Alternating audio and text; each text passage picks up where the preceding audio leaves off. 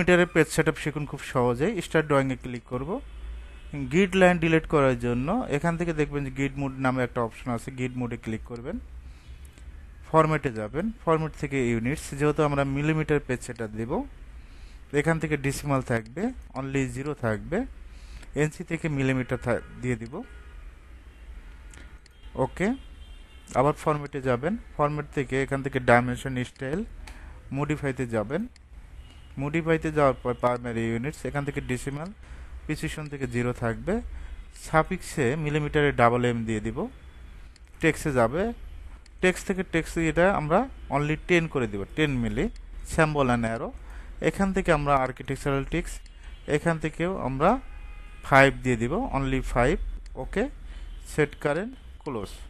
এখন ভিউতে যাব, ভিউ থেকে ডিসপ্লে, ইউসিএস আইকন, অরিজিনটা টিকটা তুলে দিব, রেক্ট্যাঙ্গেল নিব, একদিকে আমরা নিব 600 মিলি, কমা দিব, আর একদিকে আমরা 300 মিলি নেব, এন্টার। এখন যদি মেজারমেন্ট চেক দেই, ডিএলআই লেখে enter, first point, second point, এখান থেকে এদিকে 600 মিলি আছে, এদিকে 300 মিলি। মিলিমিটার পেজ সেটআপটা আরেকটা ভাবে দেওয়া যায়, ওটা আরো সহজ। জাস্ট আপনি যদি ফিটেও কাজ করেন, মিলিমিটার অ্যান্ড ফিট দুটোর মেজারমেন্টটাই শো করে